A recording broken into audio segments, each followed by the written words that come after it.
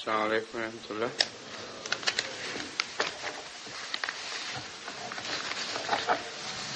أشهد أن لا إله إلا الله وحده لا شريك له وأشهد أن محمدا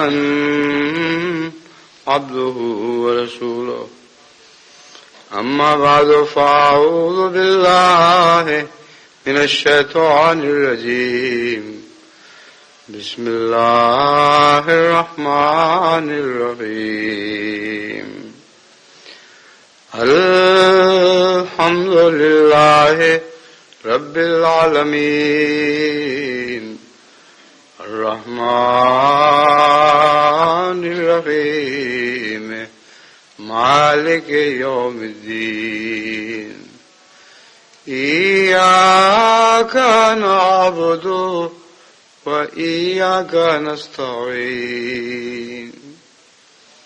اهدنا الصراط المستقيم صراط الذين أنعمت عليهم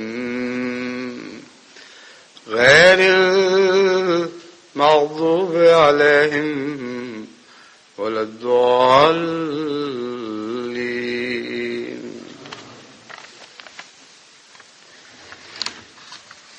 بسم الله الرحمن الرحيم. إنا أنزلناه في ليلة القدر وما أدراك ما ليلة القدر. ليلة القدر خير من ألف شهر. تنزل الملائكة والروح فيها بإذن ربهم من كل أمر سلام ہے حتی مطلع الفجر.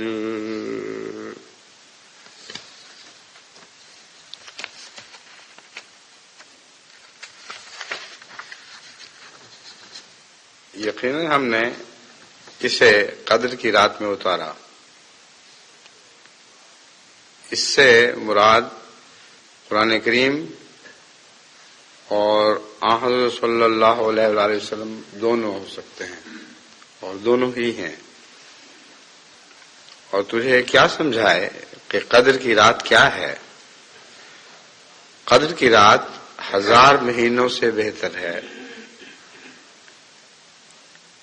بکثرت نازل ہوتے ہیں اس میں فرشتے اور روح القدس اپنے رب کے حکم سے. ہر معاملہ میں سلام ہے. یہ سلسلہ طلوع فجر تک جاری رہتا ہے. ان آیات کریمہ کا ترجمہ مشکل ترجمہ ہے کیونکہ کئی پہلو اس میں تھوڑے سے الفاظ میں بیان ہو چکے ہیں. اس لیے تفسیر میں جا کر تو بات سمجھ کھل جائے گی، مگر اس وقت جو ترجمہ پڑھا گیا ہے اس میں کسی آیت کا حصہ پہلے بیان ہوا ہے، اس کے بعد کا حصہ دوسری آیت کے شروع میں بیان ہوا ہے، اور اس میں بہت سی حکمتیں ہیں. بہرحال جو سیدھا ترجمہ اس کا صاف لفظوں میں ہو سکتا تھا وہ میں نے آپ کے سامنے پیش کر دیا ہے. اس سلسلے میں حضرت اقدس محمد رسول اللہ صلی اللہ علیہ وآلہ وسلم کی بعض احادیث ہیں، ان کے حوالے سے میں اس مضمون کو مزید کھولتا ہوں. پہلی تو کیونکہ یہ دعا کے دن ہیں، خاص طور پر لیلۃ القدر کے امکان کی وجہ سے بہت زیادہ دعاؤں کی طرف توجہ مائل ہوتی ہے، تو پہلی حدیث دعائی سے متعلق لی گئی ہے. سنن ابن ماجہ میں حضرت ابو ہریرہ رضی اللہ تعالیٰ عنہ سے روایت ہے کہ حضرت صلی اللہ علیہ وسلم نے فرمایا کہ اللہ تعالیٰ کے نزدیک دعا سے زیادہ معزز اور کوئی چیز نہیں. اللہ کے نزدیک معزز سے مراد یہ ہے کہ اس کی قدر کرتا ہے اللہ تعالیٰ، دعا کی طرف جھکتا ہے. ورنہ خدا کے نزدیک تو کوئی چیز بھی معزز ان معنوں میں نہیں کہ خدا سے بلند تر ہو، بلکہ خدا کے نزدیک معزز ہونے کا مطلب یہ ہے وہ دعاؤں پر جھکتا ہے اور ان کو قبول فرماتا ہے. مسلم کتاب الذکر میں یہ حدیث ہے حضرت ابو ہریرہ رضی اللہ تعالیٰ عنہ سے حضرت صلی اللہ علیہ وسلم نے فرمایا کہ بندے کی دعا اس وقت تک قبول ہوتی ہے جب تک وہ کسی دعا کے ساتھ گناہ یا قطع رحمی کے ارتکاب نہ کرے. اور یہ بہت ہی ضروری پہلو ہے جس کو لوگ دعا کے وقت نظر انداز کر دیتے ہیں. دعائیں خواہ کتنے ہی مانگیں، لیکن اگر قطع رحمی کریں، جہاں خدا نے رحموں کو جوڑنے کا حکم دیا ہے، ان کے رشتہ داروں کا خیال رکھنے کا حکم دیا ہے، اگر وہ کام اس سے قطع رحمی سے کام لیتے چلے جاتے ہیں اور گناہوں سے بھی باز نہیں آتے، تو پھر اس دعا کا کوئی فائدہ نہیں. عرض کیا گیا یا رسول اللہ، پھر فرمایا اور جب تک جلد بازی سے کام نہ لے. عرض کیا گیا یا رسول اللہ، جلد بازی سے کیا مراد ہے؟ آپ نے فرمایا وہ کہتا ہے کہ میں نے بار بار دعا کی مگر میں نے اس کی قبولیت کی کوئی علامت نہیں دیکھی، اس پر وہ تھک کر دعا چھوڑ دیتا ہے. تو مراد یہی ہے کہ یہ دو لوگ جو نہ گناہوں سے باز آتے ہیں نہ قطع رحمی سے باز آتے ہیں، وہ دعا کے بارے میں بھی بالآخر مایوس ہی ہو جاتے ہیں، کیونکہ بار بار دعا کے نتیجے میں ان کو کوئی جواب نہیں ملتا. تو پھر یہی کہتے ہیں کہ ہم نے تو کوئی بھی قبولیت نہیں دیکھی، بس وہ تھک کر دعا کو ایسا شخص چھوڑ ہی دیتا ہے.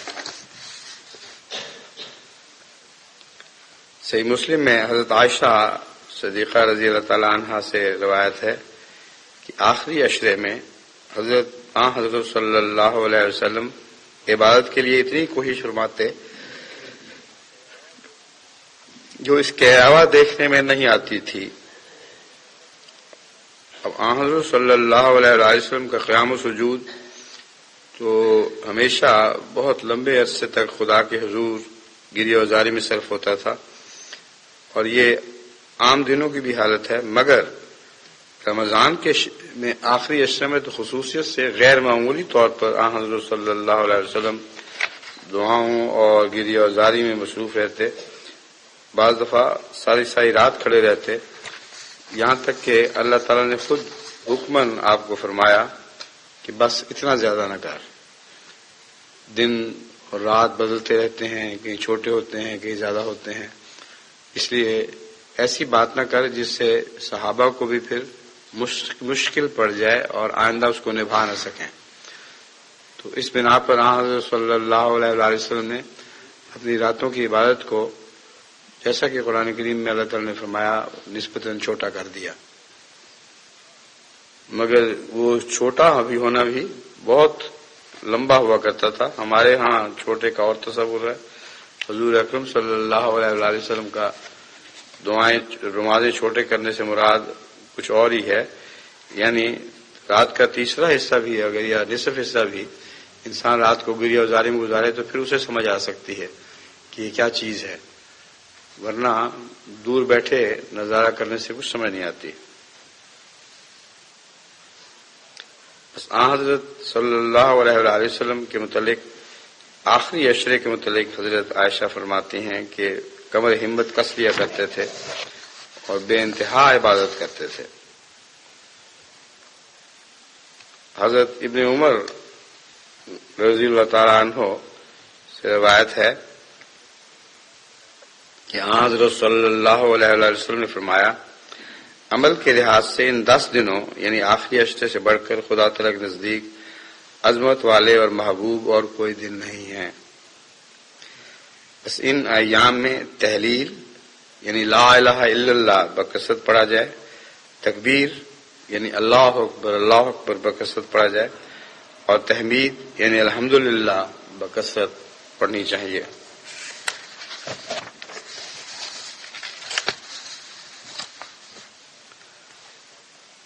بخاری میں حضرت عائشہ رضی اللہ تعالی عنہا کی ایک روایت ہے کہ حضرت صلی اللہ علیہ وسلم رمضان کے آخری عشرے میں اعتکاف بیٹھا کرتے تھے، یہاں تک کہ اللہ نے آپ کو وفات دے دی. پھر آپ کے بعد آپ کی ازواج مطہرات بھی اعتکاف بیٹھتی رہیں.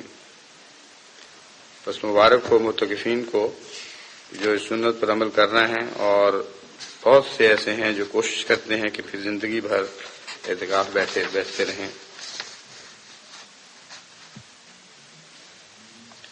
مسند احمد بن حنبل میں حضرت ابن عمر سے روایت ہے کہ رسول اللہ صلی اللہ علیہ وسلم نے رمضان کے آخری عشرے میں اعتکاف کیا. آپ کے لیے کھجور کی خشک شاخوں کا حجرہ بنایا گیا. ایک دن آپ نے باہر جھانکتے ہوئے فرمایا، نمازی اپنے رب سے راز و نیاز میں مگن ہوتا ہے، اس لیے ضروری ہے کہ ایک دوسرے کو سنانے کے لیے قرآن بالجہر نہ پڑھیں. ایک دوسرے کو سنانے سے مراد ضروری نہیں کہ نیت میں یہ ہو کہ ہم دوسرے کو سنائیں، بلکہ بعض لوگ عادتاً بھی کچھ اونچی آواز سے پڑھتے ہیں، جبکہ معتکفین ساتھ جو ہیں وہ اس میں ان کی توجہ بڑھ جاتی ہے. رسول اللہ صلی اللہ علیہ وسلم کے زمانے میں تو مسجد نبوی بہت کھلی تھی، اور جس طرح یہاں مسجد میں معتکفین کی وجہ سے ایک غیر معمولی ہنگامہ سا ہو جاتا ہے، اس زمانے میں رسول اللہ صلی اللہ علیہ وسلم کی مسجد نبوی میں یہ بات نہیں تھی، بلکہ بہت کھلی مسجد تھی. اور حضور اکرم صلی اللہ علیہ وسلم کا حجرہ بھی الگ بنایا گیا تھا باقیوں سے ہٹ کر. لیکن اس کے باوجود آپ نے لوگوں کی آوازیں سنی ہوں گی، گریہ اوزاری کی اور تلاوت وغیرہ کی، جس پر آپ نے باہر نکل کے فرمایا کہ دیکھو اپنے رب سے راز و نیاز تو کرو، مگر سناؤ نہیں لوگوں کو، کیونکہ اس سے ان کی توجہ بڑھ جاتی ہے.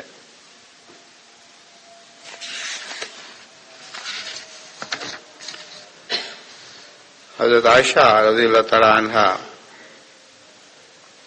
کی روایت ہے، یہ متفق علیہ ہے، بخاری اور مسلم دونوں میں یہ روایت درج ہے. حضرت عائشہ رضی اللہ تعالی عنہا روایت کرتی ہیں کہ حضور صلی اللہ علیہ وسلم رمضان کے آخری عشرے میں اعتکاف بیٹھا کرتے تھے اور فرماتے تھے کہ رمضان کے آخری عشرے میں لیلۃ القدر کی تلاش کرو. تو یہاں آخری عشرے کی بات ہو رہی ہے، لیکن مختلف روایات کے نتیجے میں پتہ لگتا ہے کہ آخری عشرے کے آخری حصے کی طرف رسول اللہ صلی اللہ علیہ وسلم کی زیادہ توجہ تھی، یعنی آخری 7 دن جو ہیں ان میں لیلۃ القدر کی تلاش کی طرف زیادہ متوجہ رہتے تھے، کیونکہ صحابہ کا بھی یہی تجربہ تھا.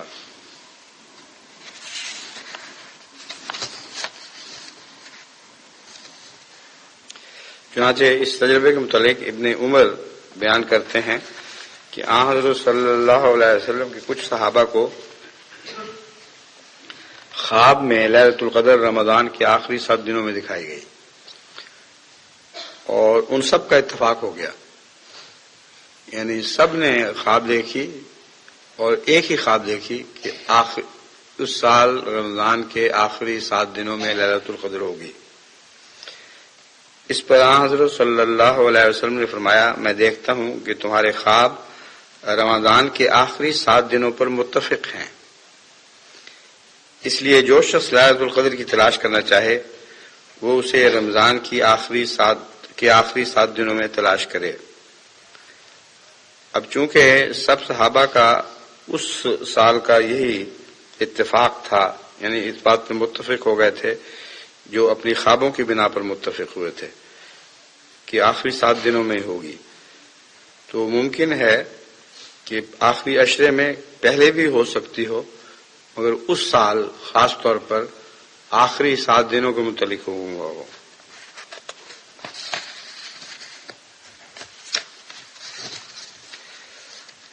مسند احمد بن حنبل میں حضرت ابو ہریرہ رضی اللہ تعالیٰ عنہ سے مروی ہے کہ حضرت صلی اللہ علیہ وسلم نے لیلۃ القدر کے بارے میں فرمایا کہ یہ 27ویں یا 29ویں رات ہے.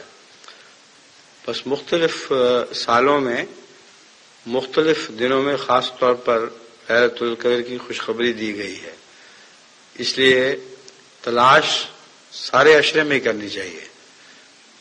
اللہ بہتر جانتا ہے کہ کسی سال کا کون سے عشرے کا کون سا دن ہے جو لیلۃ القدر کی رات کا دن ہے، لیلۃ القدر کا دن ہے، اس لیے 27ویں یا 29 کا بھی حکم ہے.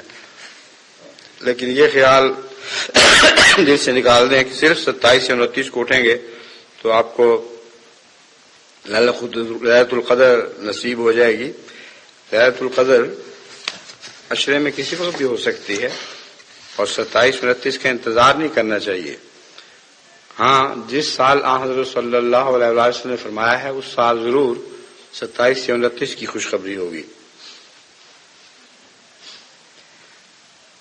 صحیح مسلم میں حضرت ابو ہریرہ رضی اللہ تعالیٰ عنہ سے مروی ہے کہ رسول اللہ صلی اللہ علیہ وسلم نے فرمایا، جو رمضان المبارک میں ليلۃ القدر کی رات ایمان کی حالت میں اور ثواب کی نیت سے نفس کے محاسبہ کی خاطر عبادت کرے تو اس کے تمام پچھلے گناہ معاف کر دیے جاتے ہیں.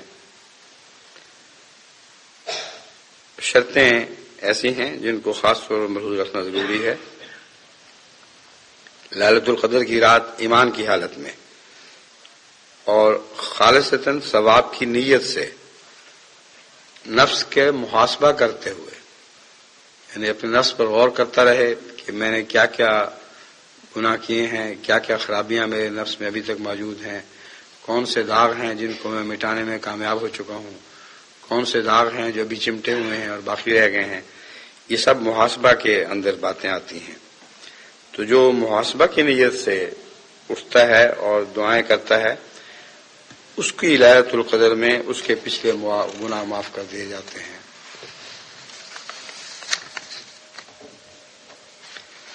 ترمذی میں حضرت عائشہ صدیقہ رضی اللہ تعالی عنہا بیان کرتی ہیں کہ میں نے آن حضرت صلی اللہ علیہ وآلہ وسلم سے پوچھا، اے اللہ کے رسول، آپ کا کیا خیال ہے اگر مجھے یہ معلوم ہو جائے کہ کون سی رات ليلۃ القدر ہے تو میں اس میں کیا دعا مانگوں؟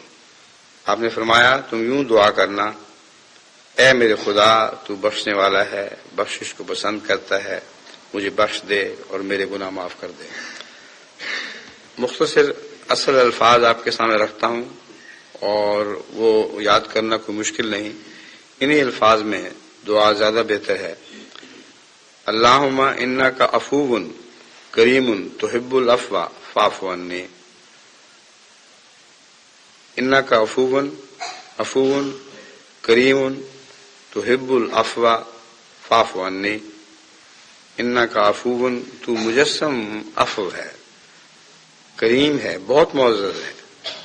تحب العفو، عفو کو پسند فرماتا ہے، پس فاعف عنی، مجھ سے بھی درگزر فرما.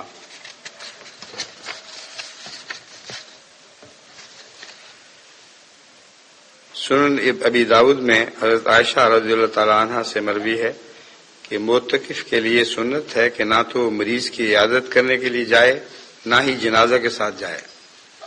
ابھی اچھی طرح یاد رکھنا چاہیے کہ جنازہ کے ساتھ جانا نامناسب اور ناجائز ہے، مگر اگر جنازہ یہاں آیا ہو اور معتکف اس میں شامل ہو جائے تو وہ اور بات ہے. لیکن مراد یہ ہے کہ قبرستان جانا معتکف کے لیے جائز نہیں ہے، اور نہ ہی کسی عورت سے مساس کرے اور نہ ہی اس سے ازدواجی تعلقات قائم رکھے. صرف حوائج ضروریہ کے لیے نکلے، اور اعتکاف روزے کے بغیر نہیں ہو سکتا. بعض لوگ جو روزہ نہیں رکھ سکتے اور بعض خواتین نہیں رکھ سکتی، ان کے لیے اس حالت میں اعتکاف کرنا جائز نہیں ہے. اور پھر فرمایا نہ ہی اعتکاف جامع مسجد کے علاوہ کسی اور جگہ ہو سکتا ہے. تو یہاں جامع مسجد سے مراد ہر جگہ کی جامع مسجد ہے، ورنہ یہاں اگر لندن میں کہا جائے کہ یہیں اسی مسجد کو جامع مسجد قرار دیا جائے اور سارے انگلستان سے یا سارے لندن سے ہی لوگ اکٹھے ہوں، یہ ممکن نہیں ہے. چھوٹی سی جگہ میں اتنے لوگ سمیٹے جا ہی نہیں سکتے. تو جامع مسجد سے مراد اس زمانے کے لحاظ سے حضرت صلی اللہ علیہ وسلم کی مسجد تھی، جس میں حضور اکرم صلی اللہ علیہ وسلم نماز پڑھا کرتے تھے اور نماز پڑھایا کرتے تھے. باقی مساجد میں مدینے میں اس مسجد کو چھوڑ کر اپنا الگ اعتکاف بیٹھنا یہ حضرت صلی اللہ علیہ وسلم نے پسند نہیں فرمایا. حضرت عائشہ سے صحیح مسلم میں روایت ہے رضی اللہ تعالی عنہ کہ رسول اللہ صلی اللہ علیہ وسلم جب اعتکاف فرماتے تو اپنا سر میرے قریب کر دیتے تو میں آپ کو کنگھی کر دیتی اور آپ گھر صرف حوائج ضروریہ کے لیے آتے۔ اب جو پہلی حدیث میں لمس تھا کہ عورت کی لمس، اس سے ہرگز یہ مراد نہیں کہ پاک و صاف نیت کے ساتھ اگر عورت سر کو ہاتھ لگا دے بیوی تو یہ بھی لمس میں آئے گا اور منع ہے۔ حضرت عائشہ صدیقہ رضی اللہ تعالی عنہا جو بات کر رہی ہیں، مسجد نبوی کے ساتھ ہی آپ کے گھر تھے اور کھڑکیاں گھروں میں کھلتی تھیں، تو حضرت صلی اللہ علیہ وسلم کیونکہ بالوں کی صفائی اور کنگھی وغیرہ کرنے کو پسند فرماتے تھے، اس لیے کھڑکی میں سے سر باہر نکالتے تھے اور حضرت عائشہ صدیقہ رضی اللہ تعالیٰ عنہ اسی حالت میں آپ کی کنگھی کر کے آپ کو جیسا کہ آپ کی مرضی تھی تیار کر دیا کرتی تھی۔ تو یہاں لمس سے غلط فہمی نہ ہو، یہ لمس مراد نہیں ہے کہ یہ لمس بھی نعوذ باللہ من ذالک گناہ ہے، یہ اعتکاف ٹوٹ جاتا ہے اس سے۔ ہاں، حوائج ضروریہ کے لیے صرف گھر جایا کرتے تھے، اور اس میں بھی یہ نہیں کہ حوائج ضروریہ کے لیے جائیں تو باقی باتیں شروع ہو جائیں، صرف اپنے کام سے کام ہوتا تھا، حوائج ضروریہ سے فارغ ہو کر پھر واپس تشریف لے آیا کرتے تھے۔ یہ تو احادیث نبویہ ہیں جن میں لیلۃ القدر کی بہت حد تک تشریح موجود ہے۔ لیلۃ القدر کے متعلق جو یہ فرمایا گیا ہے کہ 1000 مہینوں سے بہتر ہے۔ اب سوال یہ پیدا ہوتا ہے کہ 1000 مہینے کتنے سال بنتے ہیں؟ 80 سال سے اوپر 2 مہینے تو ساری عمر ہے۔ ایک انسان کی عمر تبھی عام طور پر اس سے زیادہ نہیں ہوتی، اوسطاً بہت بڑی عمر ہے 80 سال اور 2 مہینے۔ تو اگر لیلۃ القدر کی ایک رات کسی کو نصیب ہو جائے تو 80 سال کے بوڑھے کے لیے وہ ایک ہی رات بہت ہے۔ مراد یہ ہے کہ 80 سال کا بوڑھا ضروری ہونا نہیں ہے، بلکہ ایک انسان کی عمر جب 80 سال تک پہنچ جائے پوری عمر بن جاتی ہے۔ تو اگر جوانی میں ہی لیلۃ القدر نصیب ہو جائے تو اس ساری عمر سے زیادہ ہے وہ ایک رات۔ اب اس کی تشریح میں حضرت اقدس مسیح موعود علیہ الصلوۃ والسلام نے جو فرمایا ہے وہ میں آپ کے سامنے رکھتا ہوں۔ قرآن شریف میں جو لیلۃ القدر کا ذکر آیا ہے کہ وہ 1000 مہینوں سے بہتر ہے، یہاں لیلۃ القدر کے 3 معنی ہیں۔ اول تو یہ کہ رمضان میں ایک رات لیلۃ القدر کی ہوتی ہے، دوم یہ کہ رسول اللہ صلی اللہ علیہ وسلم کا زمانہ بھی ایک لیلۃ القدر تھا، یعنی سخت جہالت اور بے ایمانی کی تاریکی کے زمانہ میں وہ آیا جبکہ ملائکہ کا نزول ہوا، کیونکہ نبی دنیا میں اکیلا نہیں آتا بلکہ وہ بادشاہ ہوتا ہے اور اس کے ساتھ لاکھوں کروڑوں ملائکہ کا لشکر ہوتا ہے جو ملائک اپنے کام میں لگ جاتے ہیں اور لوگوں کے دلوں کو نیکی کی طرف کھینچتے ہیں۔ سوم لیلۃ القدر انسان کے لیے اس کا وقت اصفا ہے، یعنی زندگی بھر میں جب بھی وہ وقت آئے جب وہ سب سے زیادہ پاک و صاف ہو جائے اور خدا کے حضور اپنی جان کو حاضر کر دے، اس کی لیلۃ القدر وہی ہے۔ جتنا جتنا انسان خدا کے قریب ہوتا ہے یہ وقت اس سے زیادہ میسر آتا ہے۔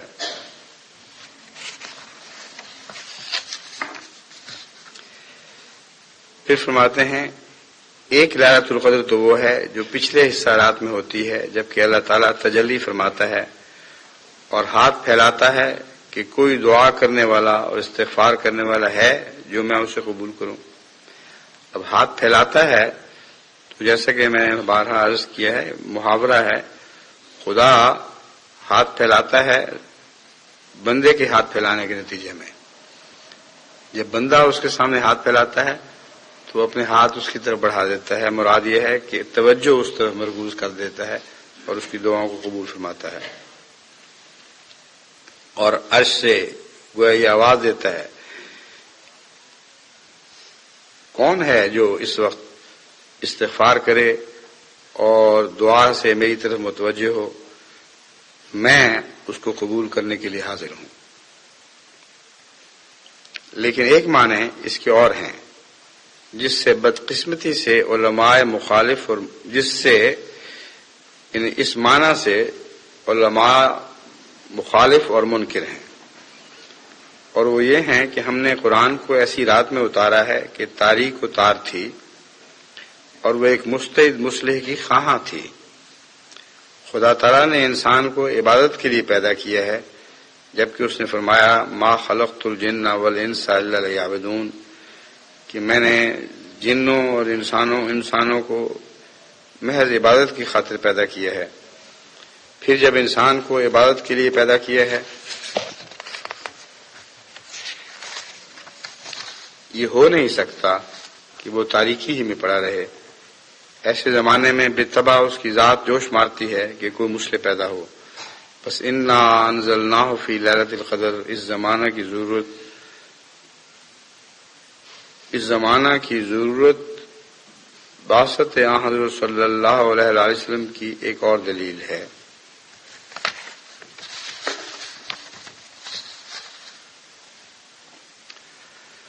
پھر فرماتے ہیں لیلۃ القدر کے نور کو دیکھنے والا اور وقت کے مصلح کی صحبت سے شرف حاصل کرنے والا اس 80 برس کے بڈھے سے اچھا ہے جس نے اس نورانی وقت کو نہیں پایا، اور اگر ایک ساتھ بھی اس وقت کو پا لیا ہے تو یہ ایک ساتھ اس 1000 مہینے سے بہتر ہے جو پہلے گزر چکے۔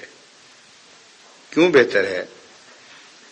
یہاں حضرت مسیح علیہ الصلوۃ والسلام نے ایسے بڈھے کا نقشہ کھینچا ہے جس کے 1000 مہینے پہلے ضائع ہو چکے ہیں، یعنی اگر مرنے سے پہلے بھی وہ لیلۃ القدر کو پالے، اس کے گزرے ہوئے 1000 مہینے سے وہ ایک رات اس کی بہتر ہے۔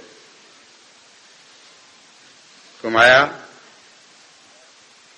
اس لیے بہتر ہے کہ اس لیلۃ القدر میں خدا تعالیٰ کے فرشتے اور روح القدس اس مصلح کے ساتھ رب جلیل کے اذن سے آسمان سے اترتے ہیں، نہ آبس طور پر بلکہ اس لیے کہ تا مستعد دلوں پر نازل ہوں اور سلامتی کی راہیں کھولیں۔ سو وہ تمام راہوں کے کھولنے اور تمام پردوں کے اٹھانے میں مشغول رہتے ہیں، یہاں تک کہ ظلمت غفلت دور ہو کر صبح ہدایت نمودار ہوتی ہے۔ پھر فرماتے ہیں عادت اللہ اس طرح پر جاری ہے کہ جب کوئی رسول یا نبی یا محدث اصلاح خلق اللہ کے لیے آسمان سے اترتا ہے تو ضرور اس کے ساتھ اس کے ہمرکاب ایسے فرشتے اترا کرتے ہیں جو مستعد دلوں میں ہدایت ڈالتے ہیں اور نیکی کی رغبت دلاتے ہیں، اور برابر اترتے رہتے ہیں جب تک کفر و ضلالت کی ظلمت دور ہو کر ایمان اور راست بازی کی صبح صادق نمودار ہو، جیسا کہ اللہ جل شانہ فرماتا ہے تنزل الملائکۃ والروح فیہا باذن ربہم من کل امر سلام ہے حتی مطلع الفجر۔ سو ملائکہ اور روح القدس کا تنزل یعنی آسمان سے اترنا اسی وقت ہوتا ہے جب ایک عظیم الشان آدمی خلعت خلافت پہن کر اور کلام الہی سے شرف پا کر زمین پر نزول فرماتا ہے۔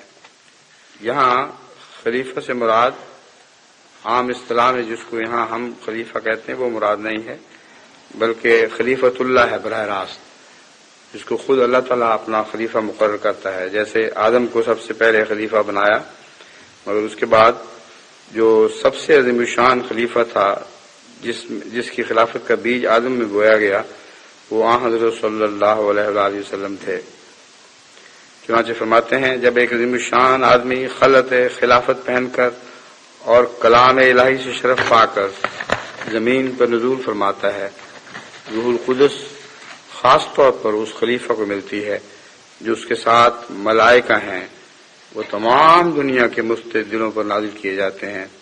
تب دنیا میں جہاں جہاں جوہر قابل پائے جاتے ہیں سب پر اس نور کا پرتو پڑتا ہے اور تمام عالم میں ایک نورانیت پھیل جاتی ہے، اور فرشتوں کی پاک تاثیر سے خود بخود دلوں میں نیک خیال پیدا ہونے لگتے ہیں اور توحید پیاری معلوم ہونے لگتی ہے، اور سیدھے دلوں میں راست پسندی اور حق جوئی کی ایک روح پھونک دی جاتی ہے، اور کمزوروں کو طاقت ادا کی جاتی ہے، اور ہر طرف ایک ایسی ہوا چلنے لگتی شروع ہو جاتی ہے جو اس مصلح کے مدعا اور مقصد کو مدد دیتی ہے۔ حضرت مسیح موعود علیہ الصلوۃ والسلام کے اس اقتباس سے متعلق میں ایک بات بارہا پہلے بھی بیان کر چکا ہوں، جو پھر میں بیان کرنے ضروری سمجھتا ہوں کہ انتشار نور کا ذکر ہے۔ جب خدا تعالیٰ کی طرف سے الہام نازل ہوتا ہے اور رات کو دن میں تبدیل کیا جا رہا ہے، جو لیلۃ القدر جس کو ہم کہتے ہیں قدر کی رات، تو اس وقت یہ انتشار عام ہے اور سب پر پڑتا ہے۔ اس زمانے کی ایجادات کو دیکھیں تو وہ ایجادات بھی اللہ تعالیٰ کے تصرف سے ہو رہی ہوتی ہیں، مختلف عقلوں پر روشنی پڑ رہی ہوتی ہے اور وہ استعدادیں چمک اٹھتی ہیں، اور ان کے نتیجے میں پھر لیلۃ القدر عام لیلۃ القدر بن کے سارے زمانے کے لیے لیلۃ القدر بن جاتی ہے۔ مگر یہ لیلۃ القدر ان کے لیے دنیا کی معلومات حاصل کرنے تک ہی محدود رہتی ہے اکثر، لیکن اس کے ساتھ بہت سی نیک طبعیں ہیں جن میں توحید کا جوش پیدا ہوتا ہے اور توحید کی طرف متوجہ ہوتی ہیں وہ طبعیں۔ بس حضرت صلی اللہ علیہ وسلم جس لیلۃ القدر کو لے کے آئے تھے، اس کے ساتھ سارا زمانہ قیامت تک کے لیے ان معنوں میں روشن ہو گیا، اور آپ ہی کی لیلۃ القدر ہے جس کی برکت سے اب توحید کی طرف دنیا متوجہ ہو رہی ہے۔ بس حضرت صلی اللہ علیہ وسلم ہی ہماری لیلۃ القدر لانے والے ہیں، اور اس زمانے میں جو کچھ ہم فیض پا رہے ہیں آپ ہی کا فیض ہے۔ حضرت مسیح موعود علیہ السلام خود بھی تو آپ ہی کا فیض ہیں۔ این چشم رواں کے بخلق کے خدا دے ہم، یا قطرے ہی ز بحر کمال محمد است، یہ چشم رواں جاری رہنے والا چشمہ جو بنی نوع انسان کے لیے میں جاری کر رہا ہوں، حضرت مسیح موعود علیہ السلام فرماتے ہیں یا قطرہ ہی ز بحر کمال محمد است، محمد مصطفیٰ صلی اللہ علیہ وسلم کے کمالات میں سے حیض قطرہ ہے جس کو میں ایک جاری دریا کے طور پر دنیا کے سامنے جاری کر رہا ہوں۔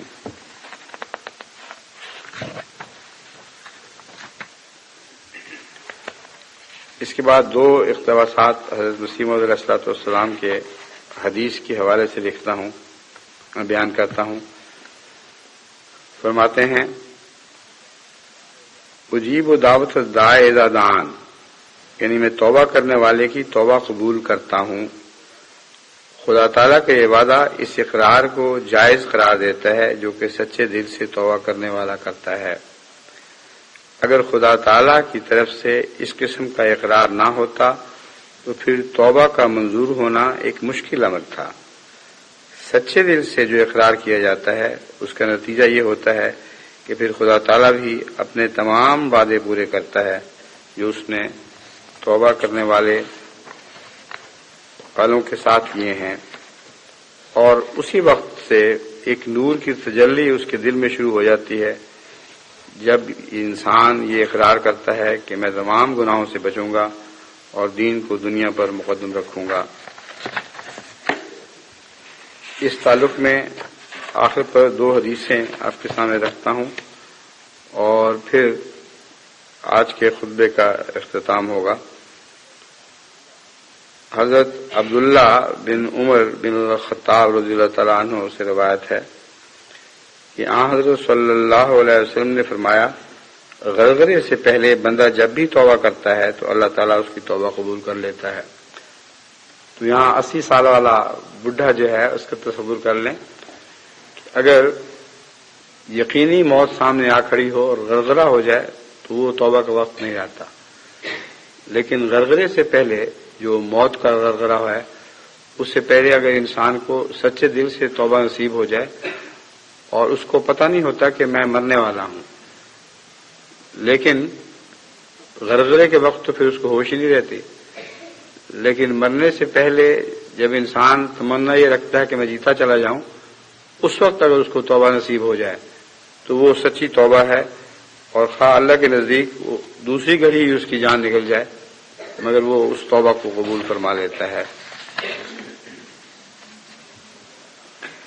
حضرت ابو ہریرہ رضی اللہ تعالیٰ عنہ سے مسلم کتاب التوبہ میں یہ حدیث درج ہے حضرت صلی اللہ علیہ وسلم نے بتایا کہ اللہ تعالیٰ فرماتا ہے میں اپنے بندے سے اس حسن ظن کے مطابق سلوک کرتا ہوں جو وہ میرے متعلق رکھتا ہے.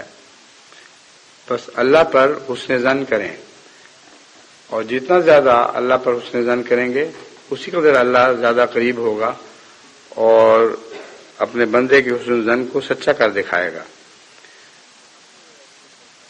جہاں بھی وہ میرا ذکر کرتا ہے میں اس کے ساتھ ہوتا ہوں. خدا کی قسم اللہ تعالیٰ اپنے بندے کی توبہ پر اتنا خوش ہوتا ہے کہ اتنا خوش وہ شخص بھی نہیں ہوتا جسے جنگل بیابان میں اپنی گمشدہ اونٹنی مل جائے. اللہ تعالیٰ فرماتا ہے جو شخص مجھ سے بالشت بھر قریب ہوتا ہے میں اس سے گز بھر قریب ہوتا ہوں، اور اگر وہ مجھ سے 1 ہاتھ قریب ہوتا ہے تو میں 2 ہاتھ قریب ہوتا ہوں، اور جب وہ میری طرف چل کر آتا ہے تو میں اس کی طرف دوڑ کر جاتا ہوں.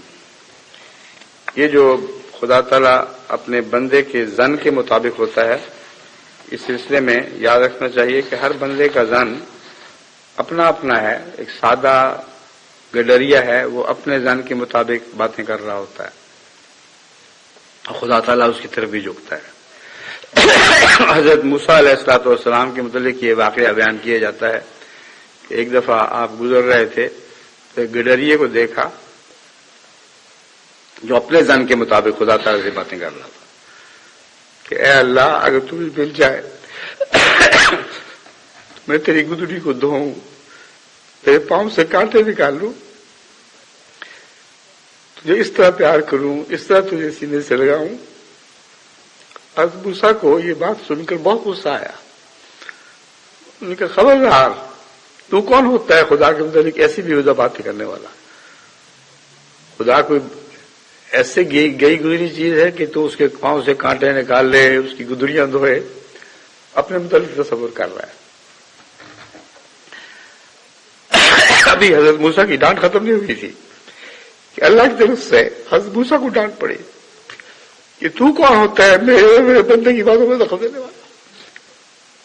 میں بہتر جانتا ہوں اس بندے سے مجھے کتنا مزہ آ رہا تھا، کتنی پیار کی باتیں تھیں جو میرے دل میں گھر کر رہی تھی، تو نے خام خواہ اس مزے کو فکر کرنے کی کوشش کی.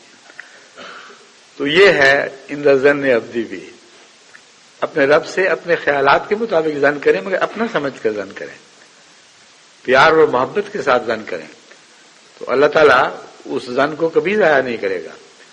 میں امید رکھتا ہوں کہ رمضان انشاءاللہ ہمارے لیے یہ ساری خوشخبریاں لے کے آئے گا جن کا ذکر احادیث اور حضرت مسیم علیہ السلام کے اقتباسات کے حوالے سے میں نے کیا ہے. اب ایک عمومی بات میں یہ کہنی چاہتا ہوں کہ آج 1999 کا آخری دن اور آخری جمعہ ہے. رمضان کا تو آخری جمعہ نہیں ہے، مگر 1999 کا یہ آخری جمعہ ہے.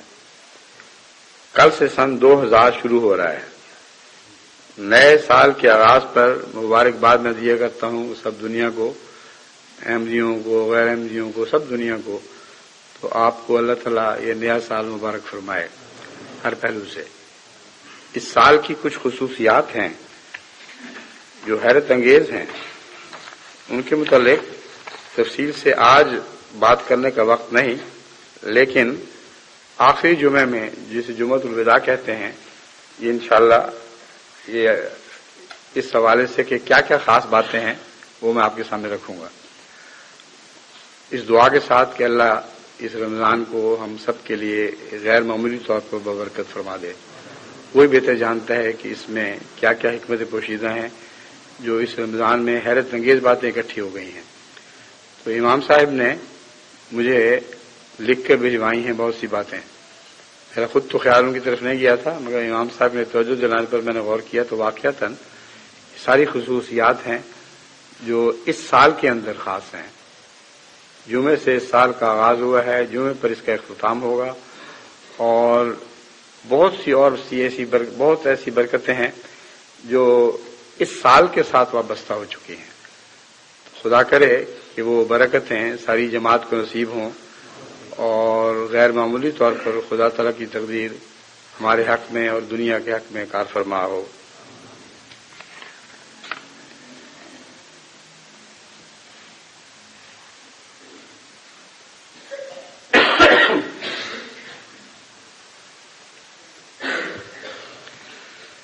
الحمد لله نحمده ونستعينه ونستغفره ونؤمن به ونتوكل عليه ونعوذ بالله من شرور أنفسنا ومن سيئات أعمالنا من يهد الله فلا مضل له ومن يضلله فلا هادي له ونشهد أن لا إله إلا الله ونشهد أن محمدا